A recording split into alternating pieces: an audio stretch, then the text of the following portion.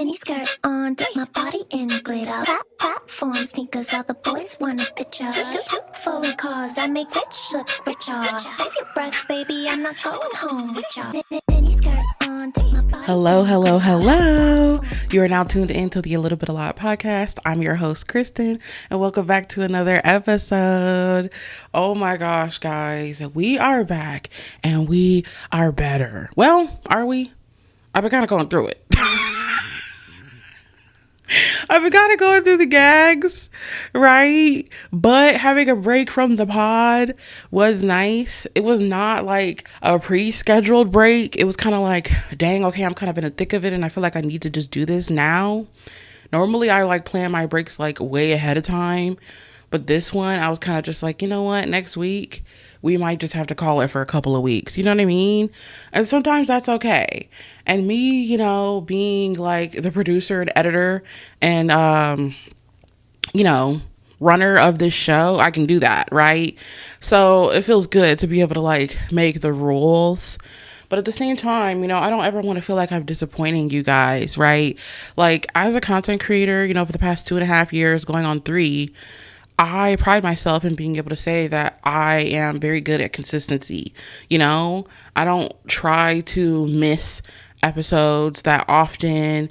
I don't try to take like too many breaks, you know, just because like as a consumer, I love to be able to know that I can look forward to my favorite podcasters and like know that they're going to post on the day that they say they're, you know, going to post, and they stick to their schedule and they're, you know, consistent. Because I personally don't like, you know, podcasters or content creators that are just kind of like wishy-washy and it's like girly pop. I enjoy this show. Where are you? You know what I mean? Like that's just how I am as a consumer, and maybe everyone who listens to my show may not be the same way, but I just try to treat it as if like, you know, I was a listener on my own show, if, you know, a fan of my own show, and I, you know, love that consistency. So being able to just have like an unplanned break to be like, oh yeah, sorry guys, no episode for 4 weeks. I'm just like, it kind of gives me a little bit of anxiety. I'm not going to cap, right? Because then it's like I said, don't want to let you guys down. I know I look forward to, you know, being able to see my favorite podcasters every single week. And then on top of that, you know, of course, like from an analytics standpoint, it's like, okay, what is this going to do for my numbers, you know, for my channel or, you know, Spotify and Apple, like what, you know, I don't want to like lose out on viewers, but it's like, you know what, at the end of the day, you got to do what you got to do for you. I had to prioritize, you know, my mental health. Things were getting a little crazy and I'm like, I just need time off because, you know, work was like seriously stressing me down. And then on top of that, like I started getting into my streamer era and that was like way more like to it than I thought it was, you know? So it's like kudos to streamers because I just didn't know what type of time y'all were on. I don't know if I've talked about this like the last time, my last episode, or if this was just me talking about it on stream. I have no clue, but y'all know what it is. Sometimes you just got to get used to hearing me repeat the same things, but I was just like, holy smokes. Like, okay, if I want to, you know, be able to stream the way that I say I want to stream, I, you know, feel like I need to put a lot more attention into this and focus. So it was just too much. And the next thing you know, I hadn't filmed, you know, that week's episode. And then next, you know, week, I didn't have that week's episode ready. And I'm like, okay, we'll just take a break, you know? So sorry about that. But I just hope you guys understand that whenever I do these breaks, it's not like I necessarily want to, but like I need to. And especially since it's like just a one lady team over here, right? We gotta do what we can, like when we can. But yeah, so I just figured that, you know, this week with, you know, me coming back after my break, I would kind of just talk about the things that I have been up to while I was gone when it comes to streaming, this trend that's been going on TikTok that I kind of wanted to talk about that's kind of funny to me, and, you know, discuss a few of the movies that I've been watching while I was on break. Because even though I took a break from the pod, I was still, you know, posting on my coloring account, you know, streaming, you know, dealing with all of that. And then, of course, like, you know, living my life on my downtime. And I watched a lot of movies, like more movies than I thought. I was gonna watch. And if you guys listen to my show, you know I've said it before, I'm not really like a movie girl for real. I'm not a 365 movie girl, but my boyfriend is a movie boy, so I kind of just get sucked into watching movies. And this month included movies that I actually wanted to watch, that I was actually looking forward to watching because I had a little bit more free time since I wasn't, focused on the pod. So let's just get into it. I got a list of, the different topics I want to discuss with you guys. But before we get into that, you already know the drill if you're, an established listener.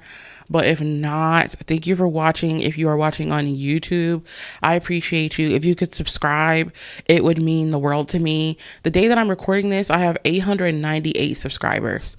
So we are 2 subscribers away from hitting 900, right? And then after we hit 900, then we're going to be that much closer to 1K. I cannot believe it. Like, we have been grinding for so long, and genuinely, like, when they say that sometimes some certain creators like genuinely have to take the long route, unfortunately, I've been given the long route. Some of the girlies, they just blow up overnight. That's not my story, and it is what it is. I appreciate everything that I've gone through, all the things that I've learned with this, content creation thing, and it's taken me a long time to get here. But I appreciate everybody that's been here, supporting me along the way. And if you're new here, subscribing means that you get to, join the community, and it's free, right? Subscribing is free. Like, who doesn't love free stuff? So if you would subscribe and join the community, I promise you won't regret it. And then that way I could be that much closer to hitting my first 1K, a huge, huge milestone that I can't wait to achieve. And, on the podcast, we talk about pop culture, mental health, music, movies, TV shows. So if that sounds like something, that interests you, then, subscribe, turn the post notifications on so that way you're not missing an episode, and comment down below to let me know what you thought about, today's topics. And if you're listening on Spotify and Apple, thank you. I appreciate it. Rate that 5 stars, leave a review. And let's talk about the topics this week. So first topic, I just wanted to kind of like lightly go into, how streaming's been going since, I took the break from the show for streaming. I will do a podcast episode talking about like every single detail of everything that I've learned with streaming at a later date, like in a couple weeks. Because the day that I'm recording this, I'm like a week away from the end of my 30-day streaming challenge. So I decided, you know what? The last like 2 months or so, I have been streaming once a week on my podcast YouTube channel. And it's been lots of fun. But I'm like, you know what? F it. I really do enjoy streaming. Why not take it to the next level and like get on Twitch, right? And that way my podcast can just be just for my podcast channel, and then I can create a separate channel on Twitch and YouTube just for gaming. I wanted everything to be separate. So I decided to stop streaming on the podcast YouTube channel. I created the Twitch. I created the new gaming YouTube channel. And by the way, the gaming YouTube channel is at Gaming with Kristen Live. And then the Twitch is twitch.tv/Gaming with Kristen. And I was like, now that I'm, setting up these, 2 new channels to game, I think it would be fun to, start a 30-day Twitch streaming challenge. And that way, I can really just say, okay, I fully gave it 30 days to really dive in, give it my all, and like see, what this like world of streaming is about, and like building something from the ground up that's separate, from my podcast. And I thought it was, I don't know why in my brain, I thought it was going to be easy breezy, beautiful cover girl, and it wasn't. But the details that I will share with you now, because like I said, after the 30 days is up, I'm going to make a podcast episode talking about like everything I learned.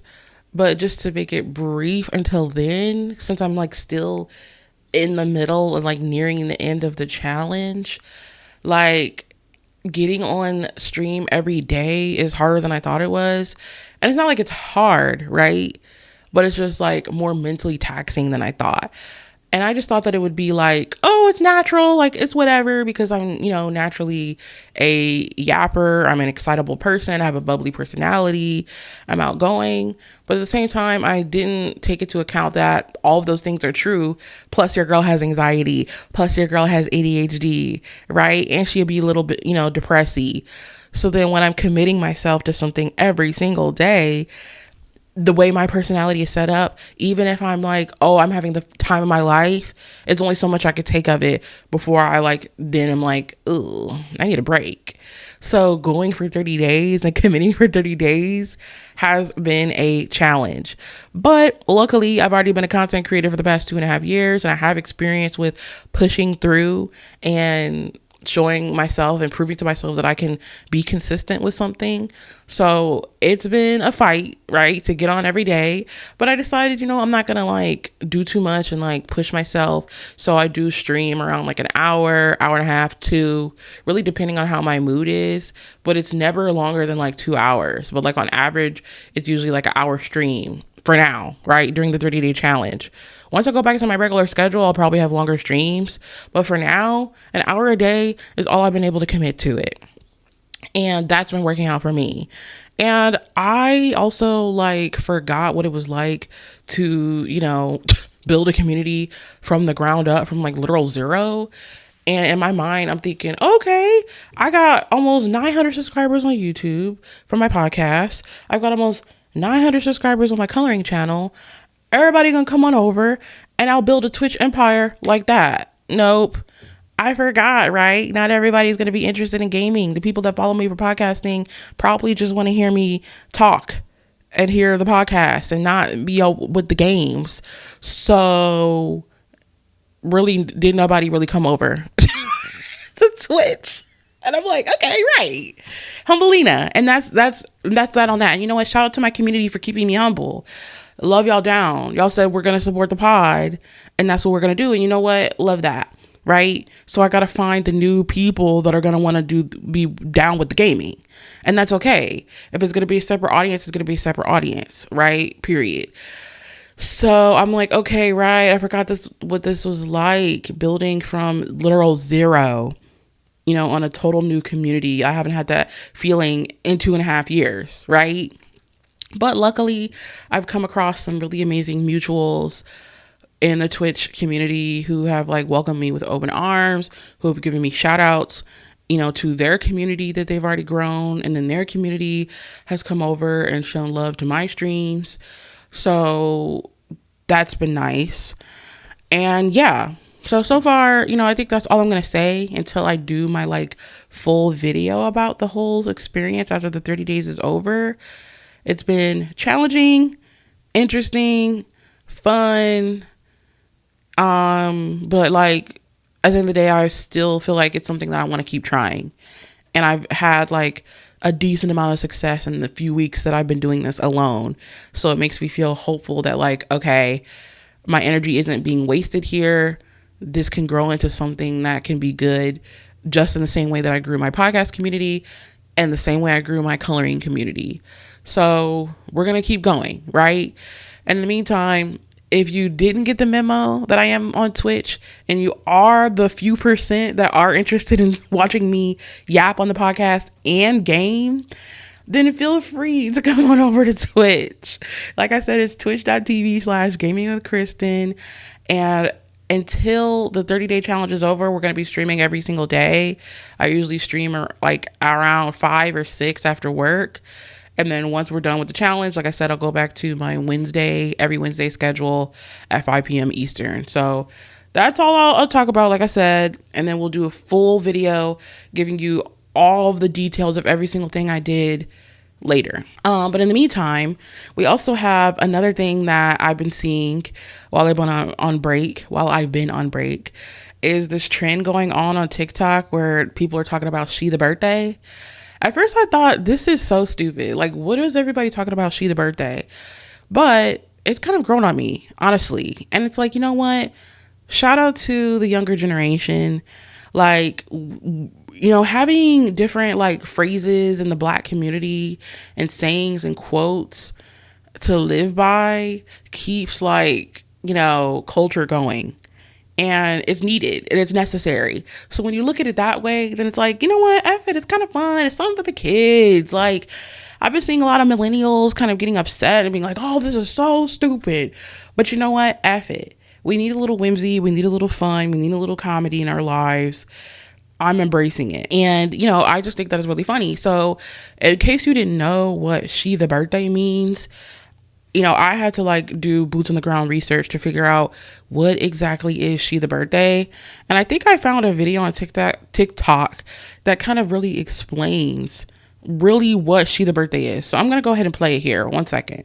So if someone says you the birthday, think about a birthday. What do we know about a birthday? What are the characteristics of a birthday? It's exciting. It's grandiose. It's great. It's lit. It's fun. It's popping. It's a vibe. You the birthday. Now, if you not the birthday, if you stressed, if you confused, if you all over the place, ooh, girl, you might be the birthday planner. If you mad, if you jealous, you might be the birthday friends. Ooh.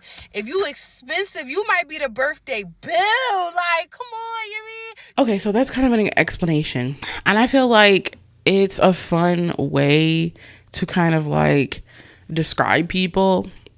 And I think that it, you know, the original essence of it was saying you the birthday. Like you said, the birthday is this grand thing. So it honestly kind of means like, also like it girl, like you're the moment, you're the it girl, because like if you're the birthday, you are the moment. It's your birthday, it's your moment, right? You're that girl on that day. It's your day. So it's like, okay, when you think about it like that, it makes sense. You the birthday, you're the moment, you're the hot teens, right? So but I think that once it's kind of like starts going beyond you the birthday, and now people start coming up with different things, and they say you the this, you the that, or they'd be like, what's an example of something else I saw that I was like, okay guys, come on. Oh, right. So this one was kind of funny though. This one was kind of funny. So you guys didn't know, you know, Lotto recently revealed that she is pregnant, you know, the rapper. We're, you know, assuming 21 Savage is the father. My thoughts on this pregnancy, it's a bit unfortunate. No shade, no tea. Love Lotto down. I genuinely have been supporting her since the rap game. And I don't really like to like police women's bodies. I don't really like to police people's choices of, you know, when they want to become a parent. For all we know, it could have been an accident or it could have been planned, whatever. That's her tea, that's her business. But as a fan, you know, do we want her to be pregnant right now where she's at her career? Not necessarily, but it is what it is. You know what I mean? And I think at the end of the day, Lotto is driven, she's talented, and she is somebody that I know that regardless, I think we can rely on her to still serve what needs to be served, regardless of like becoming a mom. So I'm not really too worried about it. But is it like an ideal thing? You know, from a fan standpoint, you're like, at first you're like, but like, whatever, you know, congratulations to her. You know, motherhood is a beautiful thing at the end of the day, right? Speaking for someone who has no children. But recently she performed at a Mariah the Scientist concert, and she's pregnant, child, like literally finna give birth energy tomorrow, right? Belly on fleekity deekity. You got the belly and the booty, babe. You're the birthday. But somebody commented and said, she finna pop. She the pinata. Huh?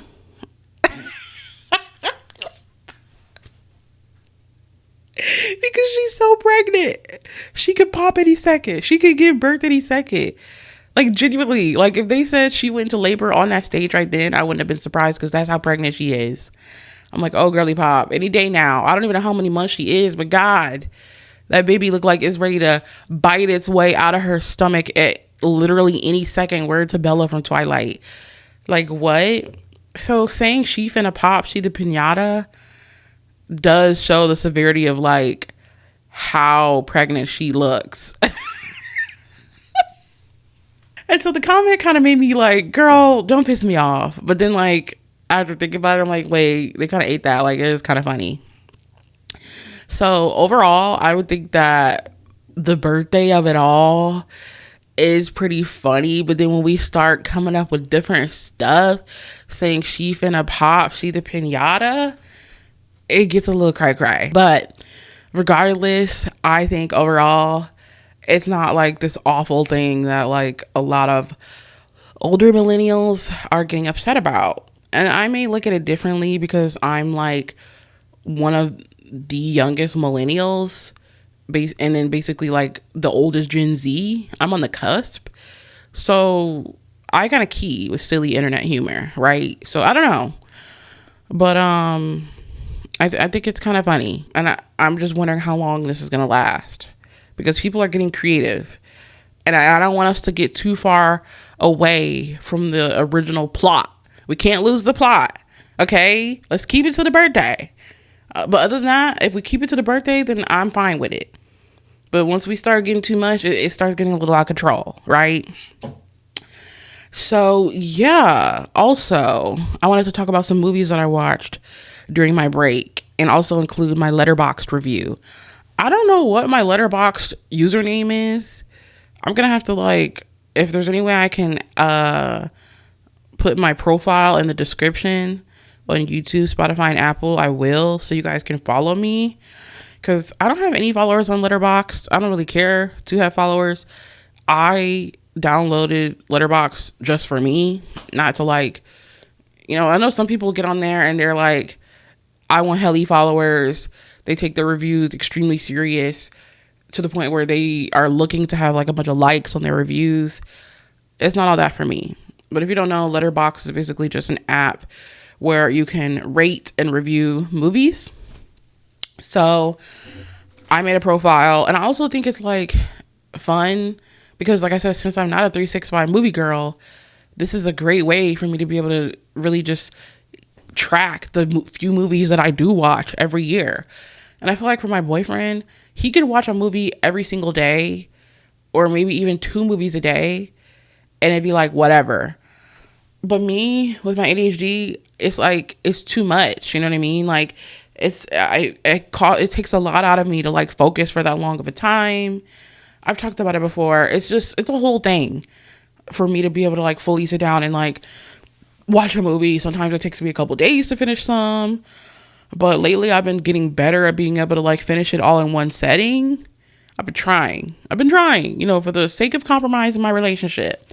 But then it's just like to the point where I feel like I'm also like, when I watch the movies, I'm really like locked in, you know, understanding like what the plot is about, what's the lesson that the movie is trying to teach us, you know, really absorbing it. But I feel like my boyfriend kind of watches it mindlessly and he's like, okay, that was cool, next movie. So much so to the point that I'll constantly check our Netflix like list for movies that we, you know, to watch next. And he'll add a movie that we already saw. And I'm like, you don't remember watching this? We already watched that. Oh no, I don't remember. Then it's like, okay, then why are we watching so many movies if clearly you're not even really absorbing the movies that we are watching? Then maybe we really need to just buckle down and watch less movies so you can really, really take them in. Right? Like, let me know in the comments on YouTube or Spotify, am I tripping? Like, I think that that's the most ridiculous pet peeve that I have for him is like, don't piss me off. Like, we already watched this movie and the fact that you don't remember us watching it and you put it back on our list is absolutely absurd to me. Like, that's sick. Like, you have a problem. You need to chill out then. You don't need to be watching all these movies. Anyway, but one movie that I watched that I rated the most stars, the ultimate stars you can give, is Zootopia 2. Guys, I live for Zootopia. And matter of fact, the last time I was at Pop Mart, I should have got one of those Zootopia blind boxes because that's how serious it is now. I realized, you know what? I don't play about Miss Judy Hopps. I don't play about her, right? So when I heard we were coming, you know, they were gonna get the Zootopia 2, I'm like, oh yes, sister, yes. And I'm going to share with you my Letterboxd review here. I said, I know that everyone wants, mind you, maybe these reviews might include spoiler alerts, because then I will spoilers. What? Spoiler alert. These reviews may include spoilers. I can't talk today, guys. Like, what the freak? But yeah, this section of the podcast, I may or may not go into tangents about whatever each of the movies I'm going to talk about. So hope you guys don't mind. If not, then maybe like watch them and then come back to this. I don't know. I'm going to try not to go too into it. But I don't know. I just thought that I would just, like I said, let y'all know what I've been up to. So when it comes to Zootopia 2, I said, I know everyone wants Judy and Nick to kiss, but I honestly like them better as friends. Anyway, sequels can either be really good or really bad, but this one somehow ended up being even better than the first movie for me. I just love the Zootopia universe. The way that it uses different animal species to show prejudice is such a smart way to show how messed up discrimination in the real world can be. And I'm like, yeah, right? Rated at 5 stars. Absolutely 5 stars. And like, I take my ratings very seriously. Like, if this movie isn't like, oh, this really, really moved me, I'm not going to give it a 5. Right? So some people may say I'm a little bit too harsh with some of my other ratings, but I don't care. Okay. My rating is my rating. And I truly think that this Zootopia 2 was truly worth a 5-star movie. Not only did these two, Judy and Nick, like learn to work together better as a team, but they were able to open up to each other and be vulnerable in a way that helped deepen their respect for each other as teammates, and like it benefited their friendship, you know, like them opening up about like their insecurities and stuff like that at some point during the film was really nice. And I just love how it's just like kind of like an accurate depiction of society. Like, people do be out here that's like racist and weird towards, you know, certain demographics for no reason. And like the way that they were like literally spent years hating on snakes and basically acting like snakes were black people, right? And being like, reptiles and snakes are grody, they can't be trusted. When the whole time they were the ones that were actually pushing for peace and pushing for integration in society. It's sick. So I'm glad once again at the end that they were able to justify and rectify and all the fies everything and make everything right. Because at the end of the day, you put Judy and motherfucking Nick on the case, they're going to get it done. Regardless if her supervisor believes in her or not. She said, I don't give a flying feek. I'm going to serve what I needed to serve. The oath that I took to protect this country and this city, and do what I need to do. You know what I mean? We stand a fearless girly. So, I don't know. I just think everything about her character is admirable. And on top of that, the music. What's it? Shakira. Oh my God. Like, Shakira and her little songs. Her character, I think, is it in this movie, is so lit. Like, I love everything about that. And then when I was looking at the Letterboxd reviews, because, you know, after I do my review, then I like, you know, scrolling through just a few other reviews to see how people feel about the film. It was just kind of annoying to me that everybody just like was shipping Judy and Nick. And no shade to you. If you're a viewer and you ship Judy and Nick, okay, period. But that's just not my tea. I don't think that everybody needs to be romantically involved in order to get the message across. They, I think, are better off as friends. They don't need to be a couple to get what they, you know, need to get done. Like, what? So, I don't know. Shout out to Zootopia 2. The next movie I watched was You Got Served. For those who don't know, this movie is starring Omarion and the rest of the B2K gang. OG group from the early 2000s. Shout out to B2K. They're on tour right now. And they're on tour with like Bow Wow and like Pleasure P and a couple other people. And I've been kind of living, you know, for these B2K clips because the boys are dancing for their lives. Okay. They said, we're going to put on a show. And I'm just so glad that they've like healed, right, their brotherhood. Like, Fizz dating Omarion's baby mama is crazy work. So the fact that those two were even able to work that out is like incredible to me. Because if you're my Brody and we've known each other for 30 years and you date my BM, I don't know if we can come back from that. But that's why, I'm saying that's Omarion's tea. So the fact that they said that, on multiple interviews and podcasts that they had a lot to talk through, they had a lot to heal from, and to get to the point where they are now, to be able to like put the, legacy of B2K first and do this tour has been nice. So it only felt right to like go back and watch You Got Served, because I've only ever watched this movie once and I don't remember a single thing about it, right, from back in the day. And I used to be like a really big B2K fan, but I was so young that I didn't really know what was going on. And then by the time, I got older, I started getting into like, the other dancing movies, like watching Honey, all these other films. And I never really like circled back to You Got Served. I ended up rating this 2 stars, right? No shade, 2 out of 5. It was okay. It was okay. And honestly, I'm glad that I did it, because this is a movie for the culture, for the dance culture, for the Black culture. And it's always referenced a lot, and I never like understood the references because I never seen the film.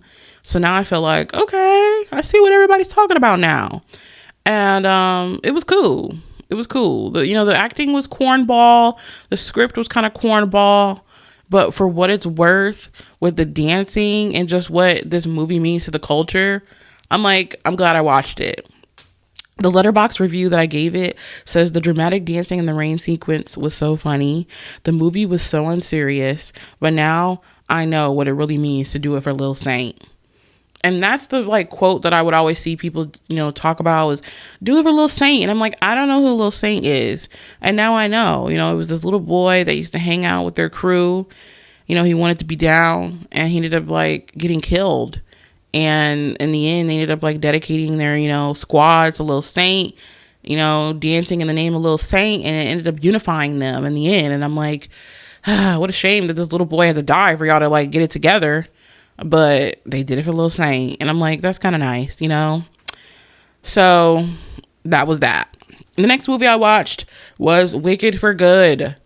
I don't even think like this. No, like I did a whole podcast episode dedicated to just the first Wicked film, but this second Wicked film, I don't even think deserves its own episode. So that's why I'm throwing it in here. You will not get a full episode talking about this movie from me. Wicked for Good, the second Wicked film, I had extremely high expectations, right? Obviously, if you haven't seen my, Wicked review, go watch that after this. But I loved the first film. You guys know I love Ariana Grande, Miss Arianki, Miss Arianka. We stan. She was made for this role as Glinda. Like Alphaba, Cynthia Erivo, Love You Down, Jonathan Bailey as Fiero. Chef's kiss, right? So I'm like, I'm so excited. But then once Wicked for Good came out, it wasn't really making no noise for real, right? When it came out, was it last year? And I'm like, dang, like why is not, people not really talking about the second film like they talked about the first one? Next thing you know, people are going to see it. I'm seeing reviews. People are saying is not good. They were like, the second movie sucked. So me being me, I'm just like, not too much on Miss Arianki. There's no way that the movie can be this bad. I think people are just hating, right? This is my mindset at the time, because people love to just have like these big expectations for the second film, and they almost want to just in advance say the first one was better. So I'm like, I'm gonna see for myself. Mind you, didn't end up making it to see it in the theaters. By the time I was ready to go, it was not playing in the theaters no more. And I'm like, okay, I'll just watch it from home. Mind you, they took literally months to add the movie on Peacock. Why would I pay over $20 to watch this movie when you guys are going to eventually add it on Peacock and I can watch it for free because I get Peacock Premium through my internet provider? I don't pay for Peacock. So I'm like, I'm just going to have to wait. I'm going to have to wait a couple months until it gets on Peacock because I'm not paying. Especially if they said the movie wasn't all that. But like I said, I'm going to see for myself. So I finally watched the movie and I'm like, yikes. Yeah, it wasn't that good. Dang. But at the end of the day, that's no shade to Arianki, right? Miss Arianki Grande did exactly what she needed to do. She served. Vocals on point. Beautiful gowns. Beautiful gowns. The wedding sequence, her in the bubble, everything about what she was able to work with, the material that she was given, she did what she needed to do. Same thing with Cynthia, same thing with Jonathan. Well, we got to talk about the fact that the material that they were given wasn't that great. So there's only so much that they can do, right? If the material isn't good, but the actor is good, then it kind of is, it gets kind of funky, right? So I guess I didn't really know, especially like the fact that I was never a Wicked fan before this, never knew anything about the second act before this, never really knew anything about the musical in general. I am now realizing that notoriously people say the second part of the musical is not that great. The material is not that great. Like when you think about it, the bulk of the story for the second part is kind of whack. So there's only so much that they can do to make the original material that they have to work with better and make it good for film. Like, the songs aren't really all that. I'm like, okay, I didn't realize that the songs were going to be basically a continuation of the songs from the first movie. Okay. Some of the scenes were kind of awkward. The way that Nessa just had a house thrown over her. I'm like, okay. But that was in the original source material. So what else could they really do? They had to work with what they had. All this to say, I ended up giving Wicked for Good 3 stars. And my Letterboxd review officially is the award for World's Worst Sister goes to Nessa. Also, take a shot every time someone says clock tick. Because that was crazy. Plus, them singing For Good while Dorothy was locked in the basement had me gagged. But you know what? At the end of the day, shout out to Glinda for making good. Getting that wretched man up out of that city A. Madame Worrable flipping around Wicked Witch. She had to get the frick out of there too. Right? Glinda said, you know what? Everybody out. I run this now. And I'm like, okay, purr. So in the end, you're like, okay, at the end of the day, now that we're here, love it. Right? Like you were able to get these awful people out the city A. You were able to free the animals. Animals are able to be back in society. Unfortunately, now Glinda and everybody else thinks that Fiero and Alphaba are dead. I don't understand that decision. They're like, oh, you know, well, at the end of the day, it's only going to work if she thinks we're dead. I don't know about that. I think at the end of the day, you still could have, just the way you was sneaking and moving around throughout the whole film, you could have pulled up on Glinda and been like, psst, hey, sister, I'm actually alive. Love you down, though. You're not going to see me again. Just want to let you know, though, love what you're doing. Love what you did. You followed through on the mission. You freed the animals. You're not uniting the people. You're the new leader. Love you down, but I gotta go because everybody else needs to think I'm dead. But I just want you to know, sister to sister, that I'm alive and well. Deuces. And what would have been wrong with that? I don't know. Moving on. I also watched Aquaman and the Last Kingdom. I've been waiting for years to watch this. Whenever it came out, I think it's been a couple years. I don't know when this movie first came out, and then I never got around to it again. So I'm like, okay, gotta watch that. Aquaman and the Last Kingdom is the second Aquaman film, right? That the DC universe gave him. And first film wasn't all that either. So I didn't really have super high expectations for the second. I don't know what it is about DC and why their CGI is always wackyana every single time compared to Marvel. At the end of the day, when it comes to DC versus Marvel, no shade. I'm going to choose a Marvel movie every single time versus a DC movie. Why are DC movies so notoriously kind of wacky and willy and just kooky and ooky and spooky? I don't know. But DC can't never get it right when it comes to the movie tip, in my personal opinion. The last couple of DC movies were kind of wackyana. Wonder Woman, whack. Both of her movies. I think she has 2, maybe even 3. I don't know. Didn't like any of them. And I've seen them all. Mind you, I watch all of the movies. Because me and my boyfriend were serious, right? We're comic lovers. We're, DC and Marvel fans, right? I literally have on a Batman shirt right now. Like, I don't play. But it's like, DC, what the freak? Wonder Woman movie, Wackiana, the Flash movie, it was okay. But then it was all that drama going on with the main person who played Barry. So he effed up the brand. And then that made Flash just look crazy. So now nobody's taking the Flash seriously when it comes to the DC movie universe. Because that person, they were out here cutting up. So the press for the movie didn't do that well. I'm like, okay. Batman movies, Superman movies, they're But when it comes to the shows CW. Flash, watched every single season except for the last one. Need to catch up on that. Arrow, finished the Arrowverse. Legends of Tomorrow, I eat it up. Right? Grew up on Smallville. Dad loved Smallville down. Grew up watching Smallville with my dad. So the TV shows are going to cut down. They're going to cut up. They're going to cut up. They're going to cut down. They're going to cut every which way. But why can't y'all get it right with the movies? Even the Eternals. Wait, was that a DC movie? I'm not sure. See, now I'm just doing too much. But then what about the one, the Atom? Was that what it was called? With the Rock? Whack. I'm like, guys. And then so it's like the CGI on Aquaman was just awful, right? But it's like, then I try to be like, well, give him grace, how it must be really hard to animate, underwater kingdom, right? I can't imagine how difficult that is. But at the same time, it's like, oh, it just looks so bad. It looks so bad, and I hate it. And I'm not even saying that I'm like a super Aquaman stan. I'm not saying that, right? I love Barry Allen, and I love Oliver Queen. Those are my two peeps, right?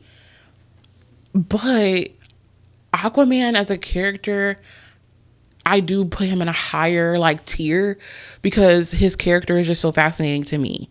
Not only is he a part of the Justice League, right? His general lore, but he also is the king of Atlantis. So it's that is so cool. What he can offer to the Justice League and him being able to serve the people to protect not only his kingdom underwater, but unite everybody to then also protect people on the land too. So that automatically makes his character goated, in my opinion. Then on top of that, his abilities are just so incredible. His strength, the way that he can communicate and control and work with the, animals under the sea and stuff like that is really cool. So, you're just automatically thinking, oh my God, this character is just a badass. So you really want to feel that in the movie. But then the movie CGI is freaking wackiana, like I said. And he's kind of just it's almost like they've decided to make Jason Momoa have the character be kind of unserious. And it's no, I don't personally want to take that approach with Aquaman. He's too cool and has too much to give to just be this just like the Flash in the DC movie universe, to be this comedic relief. No, let him pop his puss 97 on the number plate. Where's Zara Larson? What's going on? So it's dang, I don't know if I want him to be so serious like Batman, but at the same time it's dang, you out here eating cockroaches, feeding your brother cockroaches, you just, oh man, I want a burger when you in the middle of a mission. I don't know. Some people might like that, but I personally didn't really like it. I just wish that his character would have just, like I said, been a little bit more serious. I wish he would have just served cunt a little bit more. He didn't really bust down and go knuckle to knuckle and really give that until the end, when that man kidnapped his son and he was about to kill his son. And then it got real, right? And then they went into this fighting sequence that was really, really cool. And so he's defeating the bad guy. And you're okay, this is what the people want to see. This is what we wanted to see this last 2 hours, Brody. Not all this other nonsense. Then on top of that, of course, DC just can't never catch a break. Because not only was the guy, or I think they go by they, them, the person that played the Flash just effing up the brand on a PR front, making the movie just look whack. Then you had all that drama going on with what's her name? Amber Heard, I think is her name. The lady that plays Aquaman's wife. It was a lot of drama going on, you know, when Aquaman 2 was coming out. So then that made people like not take the movie as seriously. So it's like, okay, right.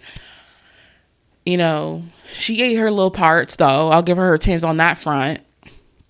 You know, she was wifey. She was holding it down.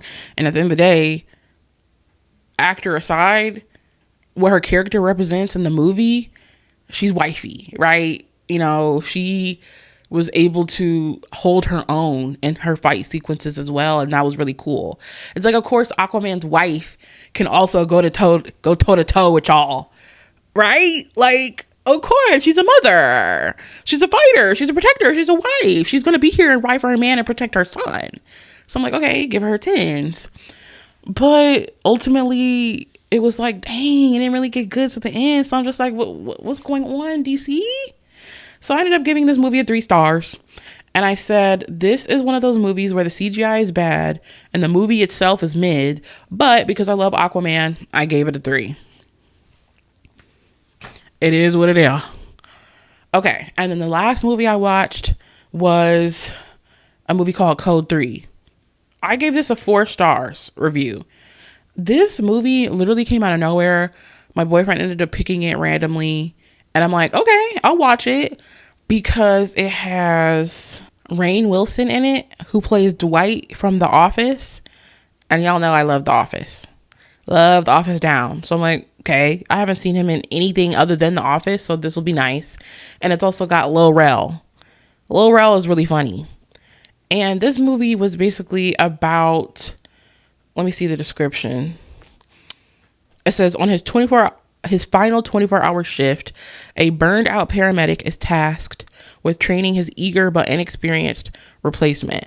What starts as a routine night quickly spirals into a chaotic citywide odyssey that tests their endurance, instincts, and sense of humor as they race from one emergency to the next.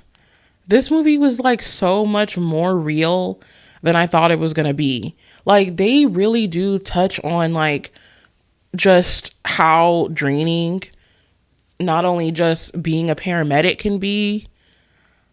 And I think it's just it shows how underappreciated this job is. Like, people kind of like spit and walk all over paramedics. And I think that they need to really start putting some respect on their name, right? Because this career is not easy. But it also just is like so real with like showing just in general, like how working just in general in the like workforce and having a job can just be so draining. Like, having a job in general that you feel isn't serving you, that's like having a negative effects on your mental health, and then next thing you know, it's also affecting his physical health, it can really take a toll on you. And I think that that's, you know, something that needs to be talked about. So I'm just like, dang, like, this was so much more like eye-opening about this personal, like I said, career field, but also just like having a job in general than I thought it would be, right? So I really enjoyed it, and I really recommend, out of all the movies I watched, if you're gonna watch anything, check out Code 3. It was really interesting. So like I said, I gave it 4 stars, and I said my Letterboxd review says it's an unexpected banker. It had me laughing, but also empathizing with the main character, because I know what it's like to be burnt out at a job where no one appreciates you. So yeah, those are all of the movies that I watched in March alone. 1, 2, 3, 4, 5. Sister, I was on a roll, you know? So we got some more movies to come. I'm also, like I told you guys a few months ago, I'm watching My Hero Academia right now. That's my favorite anime right now. And I have made it to season 4. But according to the article that I read from Crunchyroll, I think that's the website, they said that before I start season 4, I need to watch the first My Hero Academia movie. So this is going to be my first time watching a anime movie like this, and I'm really excited. So I'll have to follow up with you guys on that. So in the meantime, if there's any other topics that you guys would like me to discuss, feel free to let me know in the comments on YouTube or Spotify, or you can DM me at A Little Bit A Lot Podcast on Instagram. Give me a follow on TikTok as well. I'm on TikTok at A Little Bit A Lot Podcast.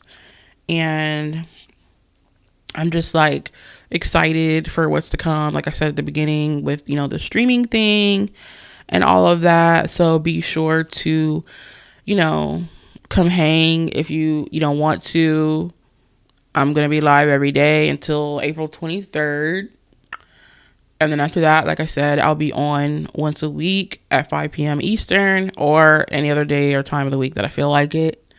But that's at least going to be the one guaranteed day that for sure you can see me on Twitch. So twitch.tv/gaming with Kristen. Subscribe to the new gaming channel on YouTube at Gaming with Kristen Live. Turn the post notifications on and subscribe to this channel.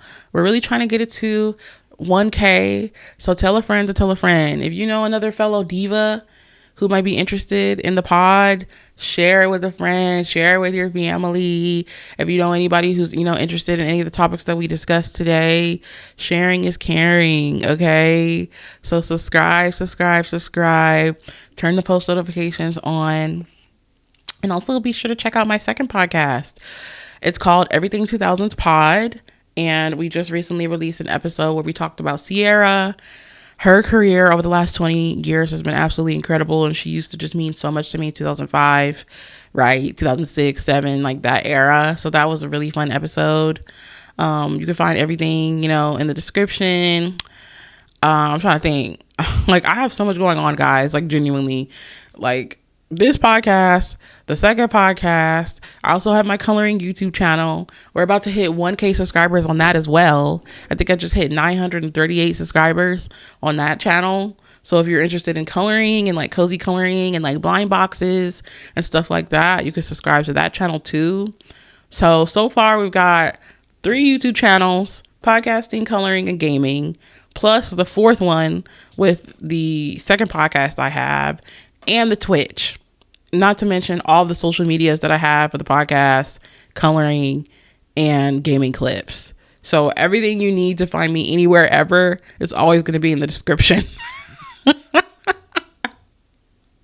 then I wonder why I'm like, hey, my brain is feeling frazzled because I had a lot going on. So that break was needed. But yeah, so follow me on all the things. I always appreciate your support. Anytime you guys could take the time out of your, day, your busy days to show me some love, I appreciate it. And be sure to rate the 5 stars, leave a review. If I didn't already say that, I don't know. And with that, I'll see you guys next week. Bye.